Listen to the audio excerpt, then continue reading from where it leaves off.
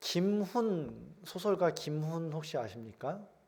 그분이 쓴 수필집 중에 밥벌이의 지겨움이라는 수필이 있습니다. 제가 부분을 한번 읽고 말씀을 이어나가도록 하겠습니다. 밥벌이의 지겨움. 우리는 다들 끌어안고 울고 싶다. 모든 먹는다는 동작에는 비애가 있다. 모든 포유류는 어금니로 음식을 으깨어서 먹게 되어 있다. 지하철 계단에 쭈그리고 앉아서 짜장면을 먹는 거린의 동작과 고급 레스토랑에서 에이프런을 두르고 그 위에 간을 먹는 귀부인의 동작은 같다. 그래서 밥의 질감은 운명과도 같은 정서를 형성한다. 그리고 밥에는 대책이 없다. 한두 끼를 먹어서 되는 일이 아니라 죽는 날까지 때가 되면 반드시 먹어야 한다. 이것이 밥이다. 이것이 진절이 나는 밥이라는 것이다. 모든 밥에는 낚싯바늘이 들어있다. 밥을 삼킬 때 우리는 낚싯바늘을 함께 삼킨다. 그래서 아가미가 꿰어져서 밥 쪽으로 끌려간다. 저쪽 물가에서 낚싯대를 들고 앉아 나를 건져 올리는 자는 대체 누구인가? 그 자가 바로 나다. 이러니 빼도 박도 못하고 오도 가도 못한다. 밥 쪽으로 끌려가야만 또다시 밥을 벌 수가 있다. 예수님이 인간의 밥벌이에 대해서 말씀하시기를 하늘을 나는 새를 보라. 씨 뿌리지도 아니하고 거두지도 않거늘 하늘에 계신 아버지께서 먹이시느니라 라고 하셨다지만 나는 이 말을 믿지 못한다. 하느님이 새는 맨입으로 먹여주실지 몰라도 인간을 맨입에 먹여주시지는 않는다. 무슨 헛소리를 하려고 이 글을 시작했는지 모르겠다. 밥벌이는 밑도 끝도 없다. 그러니 이 글에는 결론이 없어도 좋을 것이다. 나는 근로를 신성하다고 우겨대면서 자꾸만 사람들을 열심히 일하라고 몰아대는 이 근로 감독관들의 세계를 증오한다. 나는 이른바 3D 업종으로부터 스스로 도망쳐서 자신의 존엄을 지키는 인간들의 저 현명한 자기 방어를 사랑한다. 그러므로 이 세상의 근로 감독관들아, 제발 인간을 향해서 열심히 일하라고 조져대지 말라. 제발 이제는 좀 쉬라고 말해달라. 이미 곤죽이 되도록 열심히 했다. 나는 밥벌이를 지겨워하는 모든 사람들이 친구가 되고 싶다. 친구들아, 밥벌이에는 아무 대책이 없다. 그러나 우리들의 목표는 끝끝내 밥벌이가 아니다.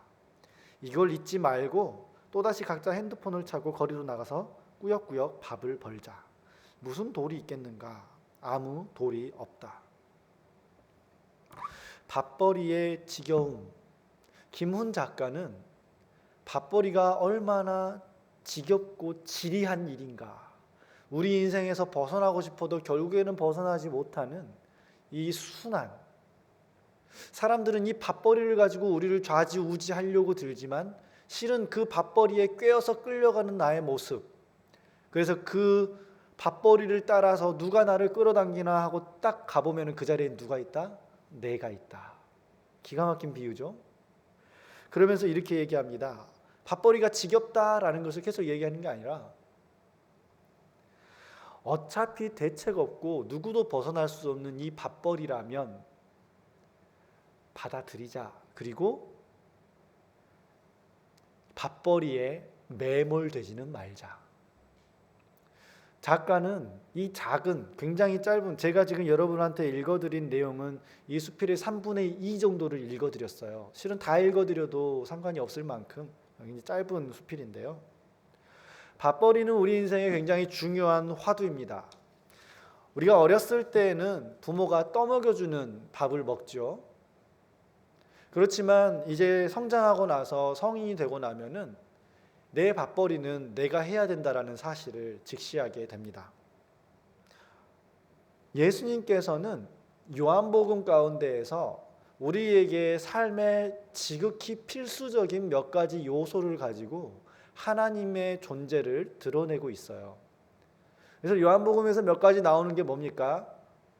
하나님의 존재에 대해서 빛이라고 표현하는 걸 여러분들이 들어보셨죠? 하나님 빛이시다. 빛이 어둠 가운데 비춤에 어둠이 깨닫지 못하더니. 또한 예수님께서는 나는 생수다, 내가 주는 물을 마시는 자는 그 배에서 생수가 계속해서 흘러나옴으로 인해 영원히 목마르지 아니할 것이다 라고 표현하시죠. 오늘 말씀은 떡입니다. 우리말로 하면 밥이죠. 나는 밥이다. 이 밥을 먹는 사람은 영원히 줄이지 않을 것이다.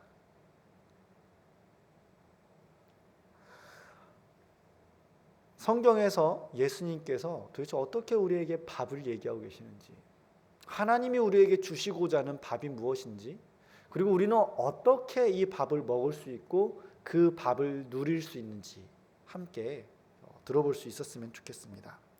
요한복음 6장은 오병이어의 장입니다. 즉 떡의 장이에요. 오병이어를 우리가 흔히 많이 들을 때 이제 그 달랑만 가지고 우리가 이제 은혜를 받을 때에는 이 어린아이의 이 조그마한 도시락도 하나님한테 드려지면 이렇게 12바구니가 남을 정도로 크게 쓰임받을 수 있구나, 도움이 될 수 있구나, 그래 나의 오병이어라도 드리자 그러면서 이런 식의 이제 헌신 혹은 헌금, 이런 설교들이 우리한테 많이 있잖아요. 틀린 말은 아닙니다. 그러나 오늘 말씀 본문이 전체적으로 우리에게 요구하고 있는 건 뭐냐면은 이 오병이어 사건을 통해서 드러나는 사람들의 욕구예요. 오병이어를 통해서 두 부류의 사람들의 욕구가 드러나게 되는데요. 첫 번째 부류는 누구일까요? 예수님 앞에 말씀을 들으러 몰려온 사람들의 욕구가 드러납니다. 예수님이 뭐라고 그러죠? 너희가 나를 따라오는 까닭은 무엇 때문이다? 배불러서이다. 또 한 부류의 사람들, 예수님을 따르는 제자들의 욕구가 드러나죠. 예수님의 제자들은 오병이어 사건이 일어나고 나서 굉장히 으쓱했을 거예요. 여러분 생각해 보십시오.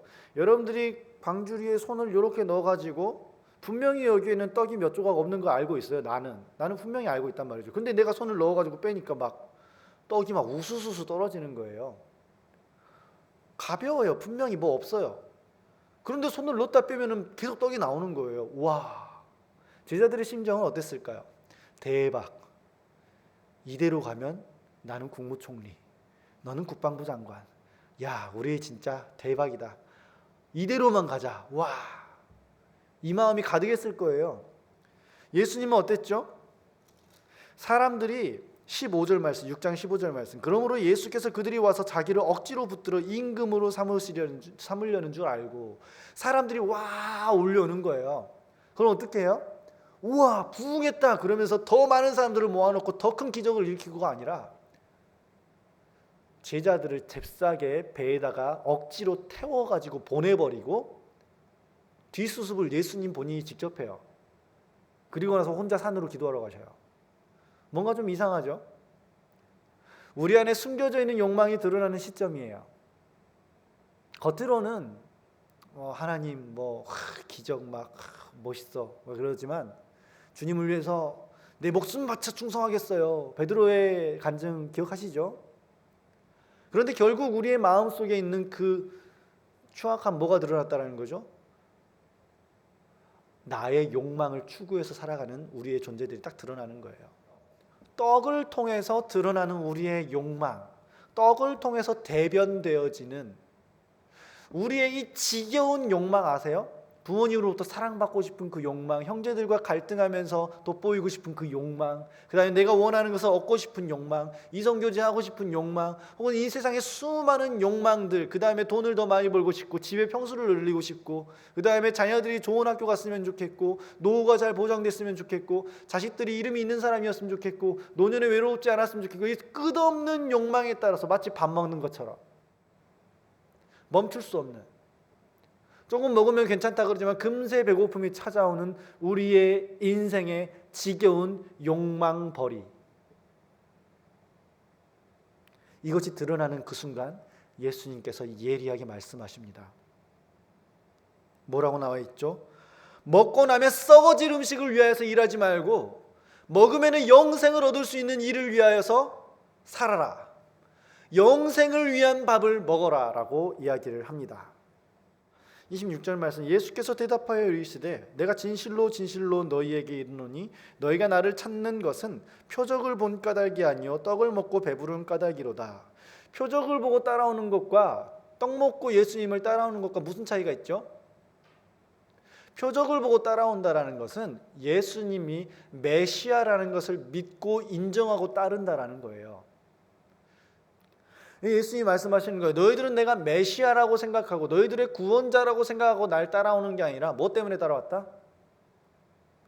니들이 배부르니까, 나 따라오면 안 굶을까 봐. 다른 말로 얘기하면 제가 좀 전에 그 떡의 대표성에 대해서 한번 얘기를 했었죠. 너희들의 욕구를 충족시키는 통로로서 나를 생각하고 따라왔으니까. 썩을 양식을 위하여 하지 말고 영생하도록 할 양식을 위해서 살아라. 이 떡, 너희들의 그 욕망에 이끌려서 살아가지 말고 너희들을 진정으로 만족시켜줄 한 가지의 갈망을 위해서 살아라. 그것은 무엇인가? 바로 나를 믿는 것이다. 영생을 위해서 살아라 그러니까 이스라엘 백성들의 반응은 명확합니다. 28절 말씀, 그들이 묻되 우리가 어떻게 하여야 하나님의 일을 하오리이까? 이스라엘 백성들이 영생을 얻는 방법이 뭐죠?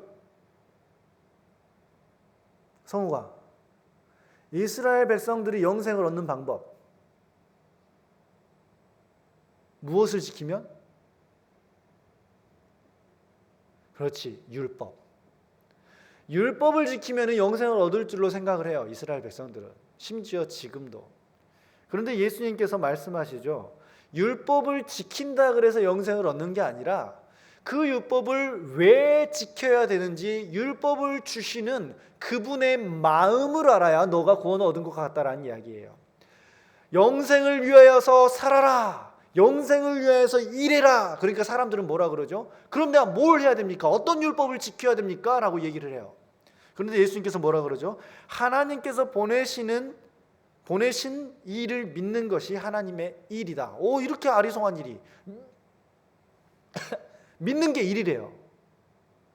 믿는 게 어떻게 일이 될 수 있습니까? 비유예요. 더 깊은 의미를 담고 있는 뜻이죠. 믿으면 일하게 돼 있어요, 여러분. 믿으면은 행할 수 있는 힘이 따라옵니다. 이게 하늘나라의 법칙이라는 거죠.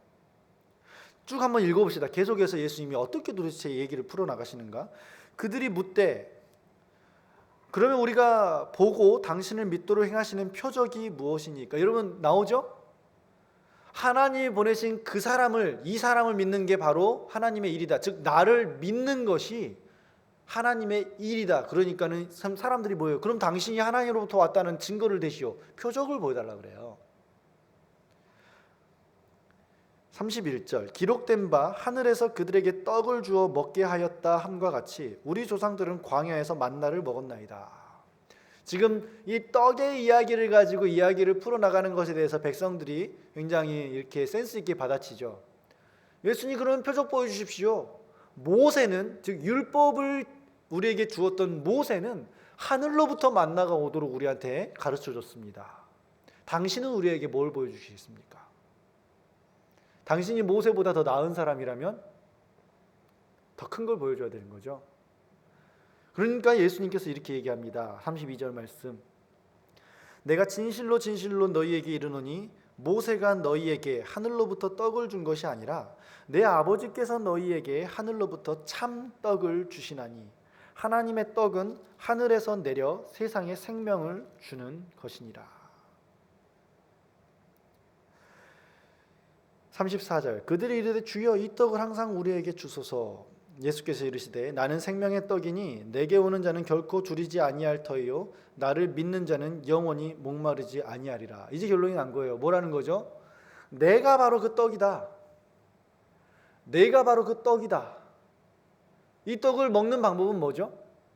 이 떡을 섭취하는 방법은 뭐죠? 오늘 본문 말씀에 나와 있는 것처럼 나는 생명의 떡이니 내게로 오는 자, 두 번째 나를 믿는 자. 표현이 다를 뿐 똑같은 얘기를 하고 있어요. 믿어라, 내게 속해라. 혹은 다른 말로 하자면 무슨 말이죠? 내 말을 듣고 행하라. 이것이 생명의 떡이라는 거예요. 내 말을 듣고 행하라. 예수님한테 오는 사람 무엇을 위해서 온다라는 거예요. 예수님한테 오는 이유가 뭐예요? 여러분들 이 예배로 나오시는 이유가 뭡니까? 혹시 우리도 제자들이나 그 무리들처럼 나의 욕구와 욕망을 이루어줄 도구로서 교회와 예수님의 이름을 이용하고 있는 건 아닙니까? 예수님께서는 단호하게 말씀하십니다. 썩어질 것.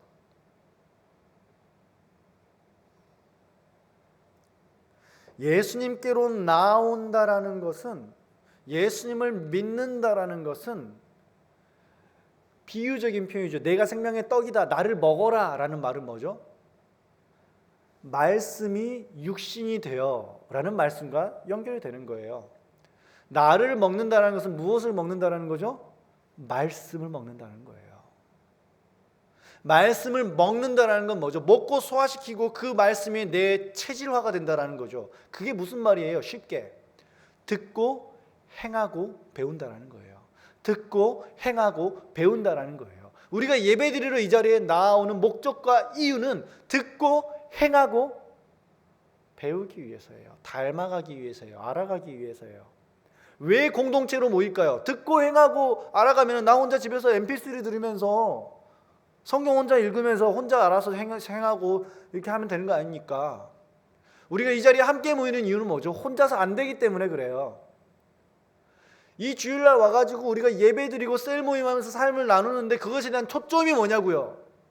썩어질 것을 위한 것 뭐예요? 나의 욕망을 서로를 통해서 만족시키는 것. 저 사람은 내가 얘기 들어주니까 자기 마음 만족되고 나는 저 사람 얘기 들어주니까 나도 내 얘기를 하고 그래서 서로가 서로에게 윈윈 할 수 있는 그런 게 소그룹인가요? 그런 게 교회인가요?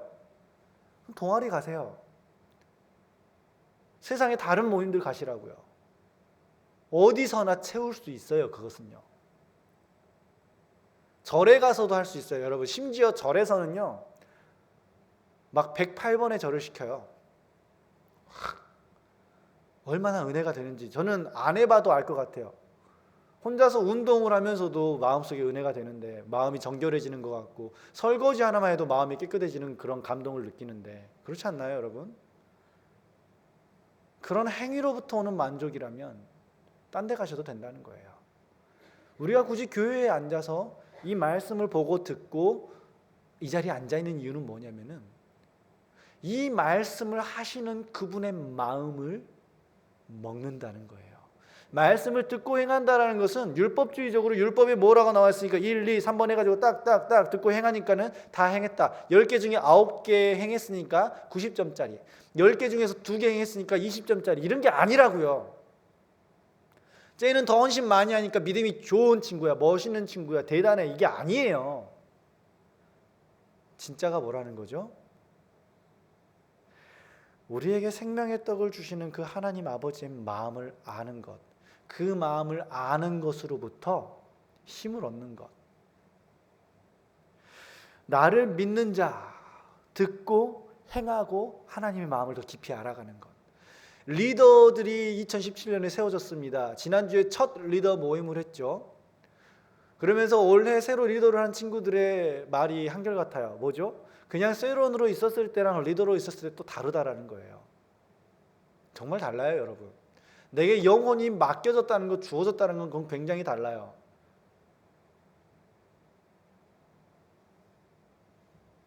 우리는 그렇게 하나님 아버지의 마음을 배워가는 거예요. 알아가는 거죠. 그것이 우리의 생명이고 힘이라는 거예요. 우리 요한복음 4장 말씀을 한번 같이 보겠습니다. 요한복음 4장 말씀 31절, 요한복음 4장 31절 말씀 보도록 하겠습니다. 수가성 여인 아세요? 우물가의 여인을 만나셨던 예수님. 여기에서 생수 비유가 나오죠. 그 유명한 31절, 그 사이에 제자들이 청하여 이르되 랍비여 잡수소서. 예수님이 그 우물가의 여인이랑 대화할 동안에 제자들은 마을에 가가지고 먹을 거를 가져왔어요. 이제 예수님하고 여인하고 대화가 다 끝났죠. 그리고 제자들은 예수님한테 먹을 걸 드렸어요. 예수님 드십시오. 우리가 구해왔습니다. 근데 예수님이 32절에서 뭐라 그러죠?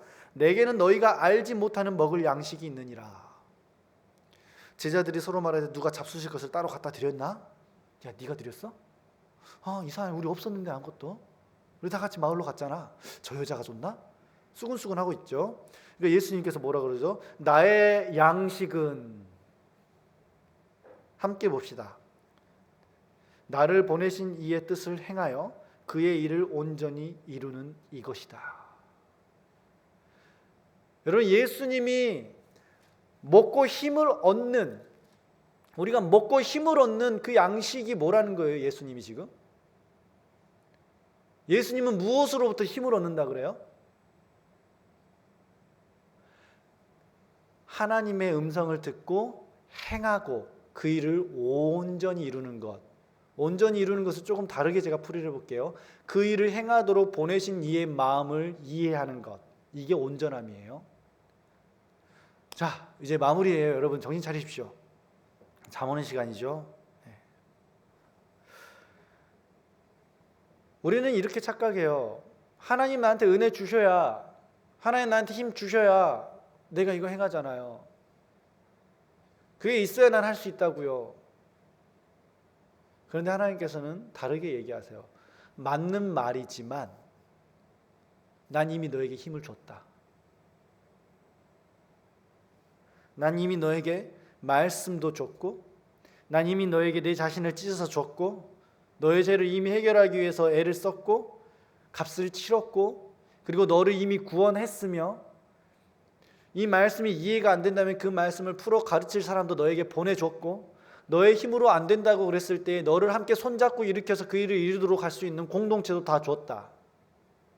이게 하나님의 대답이에요. 행하라. 예수님께서 이렇게 말씀하십니다. 내 말을 듣고 행하지 않는 자는 모래 위에 집을 지은 자가 같아서, 창수, 즉 홍수가 나고 바람이 불면은 다 씻겨가 버리지만 내 말씀을 듣고 행하는 자는, 중요한 거는 듣는 건 똑같이 듣는다라는 거예요.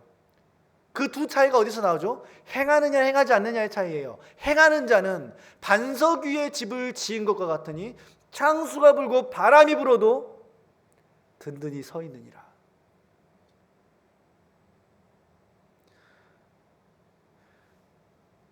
하나님 아버지의 마음은 너가 이거를 행하면 살 수 있어. 이 생명의 떡이 난데 나를 믿으면 살 수 있다고.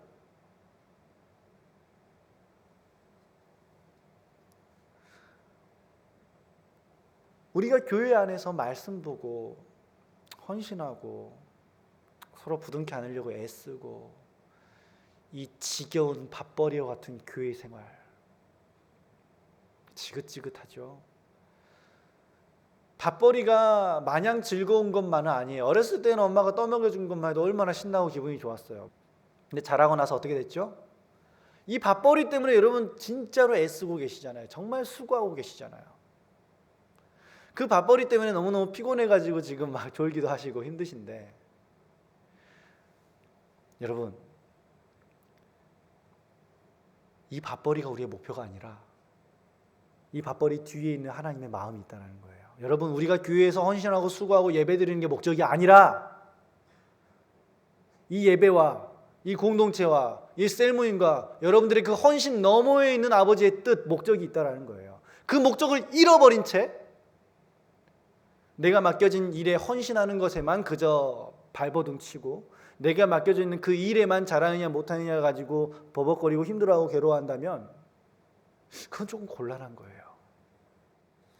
끝없는 싸움이 우리에겐 벌어져 있습니다. 김훈 작가의 밥벌이의 즐거움을 마지막으로 한 번 더 빗대면서 얘기를 마치려고 합니다. 밥벌이에는 아무 대책이 없다. 예, 여러분, 하나님을 믿는 것은 대책이 없어요. 그냥 하라면 하는 거예요. 뭐 누가 다 알려주지도 않았고 힘이 다 주어지는 것도 아니고 환경이 다 열려진 것도 아니에요. 그렇지만 내 삶에 주어진 그 몫만큼 그저 묵묵히 교회에서 또 한 걸음 또 한 걸음 또 한 걸음 매주 해내는 거예요. 끝이 없어요. 대책이 없다고요. 그런데 여러분, 그러나 우리들의 목표는 끝끝내 밥벌이가 아니다. 예, 그렇습니다. 여러분, 우리들의 목표는 끝끝내 교회에서 일하는 게 목표가 아니라는 거예요. 진짜 목표는 뭐냐 이거예요. 이 밥벌이를, 이 헌신을, 이 예배를 벗어날 수는 없지만, 그러나 그 안에 있어야 한다면 그 너머에 있는 거 보자 이거죠. 그 너머에 있는 그 목표 무엇입니까? 생명의 양식이 뭡니까? 아버지의 마음을 아는 거예요. 하나님 아버지의 마음을 알 때에 우리는 힘이 나요. 여러분 친구 중에 누군가가 갈등이 있어가지고 진짜 이해가 안 되죠. 그래서 갈등도 있고 싸움도 있어요. 그러다가 어느 순간 둘이서 마음을 깊이 터놓고 실은 나는 이런 마음에서 이렇게 한 거야 라고 얘기를 할 때에, 그때 우리는 어떻게 됩니까? 그 친구를 받아들일 수 있는 힘이 주어져요.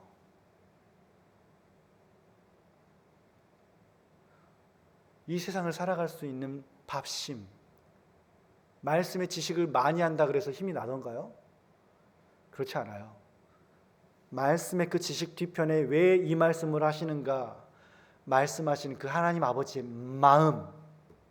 여러분, 저는 한낱 이 전 세계 교회 가운데 대한민국에 있는 한우리 교회라는 어느 교회의 이 작은 청년 공동체를 담당하고 있는 목자예요. 그렇지만 우리 청년들 가운데에서 보여져 있는 내 겉모습이나 내가 하는 말 그 자체에만 좌지우지되는 청년이 아니라, 목사님이 왜 이런 생각을 했을까, 왜 이런 얘기를 했을까를 생각하고 대화를 하고 따르는 청년들을 봤을 때 저는 엄청난 힘을 얻어요. 엄청난 위로와 기쁨을 얻습니다. 여러분들 셀리더들이 이 자리에 계시죠? 세론들 중에서 리더의 마음을 헤아리고 함께 협력하고 수고해주는 세론이 있을 때 그 기쁨을 누려보시기를 축복합니다. 우리 하나님 아버지의 마음도 똑같아요. 율법을 지키느라고 내가 담배를 피웠는지 안 피웠는지, 술을 마셨는지 안 마셨는지, 이 율법을 지키는지 안 지키는지 그 문제 가지고 전전긍긍하는 인생이 아니라, 하나님 아버지의 마음, 날 향한, 우리 공동체를 향한, 내가 하는 이 일에 대한 하나님 아버지의 마음을 알아가고 배워가는 것, 이것이 우리의 힘이고, 이것이 우리의 밥벌이이며, 이것이 우리의 능력이에요. 예수님은 이것을 가르쳐주고 싶어서 빛, 생수, 밥, 모든 우리 생활의 필수적인 요소를 통해 하나님을 드러내고 있어요.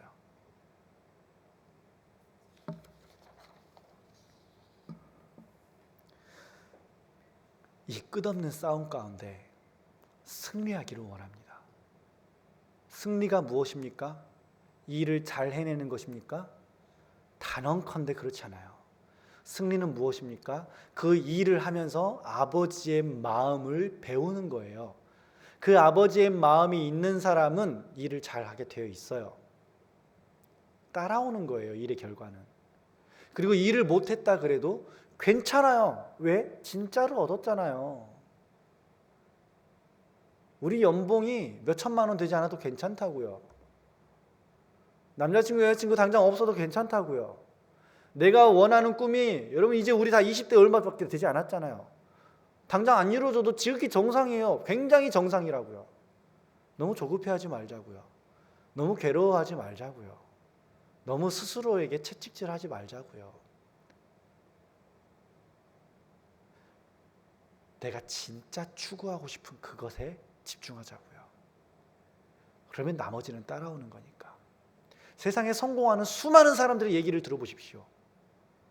추구하는 비전이 있었고 결과는 따라왔잖아요. 세상에서 성공한 수많은 벤처들의 이야기를 들어보십시오. 특별히 우리나라 말고 외국의 경우를. 대부분의 인터뷰가 이렇게 시작됩니다. 저희는 회사를 차릴 마음이 없었어요. 몇 조 원짜리 회사를 가진 사람들이. 우리는 다 알고 있잖아요. 진짜가 뭔지. 우리 속지 맙시다. 썩어질 것을 위한 양식을 위해서 괴로워하지 말고 썩어지지 않을 진짜를 위해서 살아가자고요. 서로의 마음을 붙잡아주고 하나님의 마음이 무엇인지를 깨달아서 듣고 행하는 것. 그렇게 이번 한 주 이 생명의 떡을 섭취하는 우리가 되었으면 좋겠습니다. 기도하겠습니다. 하나님 아버지, 오늘 우리는 생명의 떡 예수님에 대해서 배웠습니다. 주님께서 우리에게 말씀하시는 그 생명의 떡이 예수님 당신을 믿는 것이고 예수님 당신을 아는 것임을, 아버지의 마음을 알아서 내게 주어진 일을 감당하는 것임을 다시 한번 배웠습니다. 주님, 우리로 하여금 우리의 정욕의 우상을 추구하지 않게 하여 주시고 아버지의 마음을 매일 조금씩 깨달아 알아서 조금은 지루하게 느껴지는 신앙의 여정일지라도 결국에는 장성한 어른으로 자라날 수 있는 귀한 청년의 시간 우리들 되게 하여 주시옵소서. 새 일을 행하실 주님을 찬양하고 기대합니다. 예수님의 이름으로 기도하였습니다. 아멘. 이제는 우리 주 예수 그리스도의 은혜와 하나님 아버지의 사랑과 성령님의 교통하심이 아버지의 마음을 아는 것을 양식으로 삼는 우리 모든 청년들 머리 위에 영원토록 함께 있을지어다. 아멘.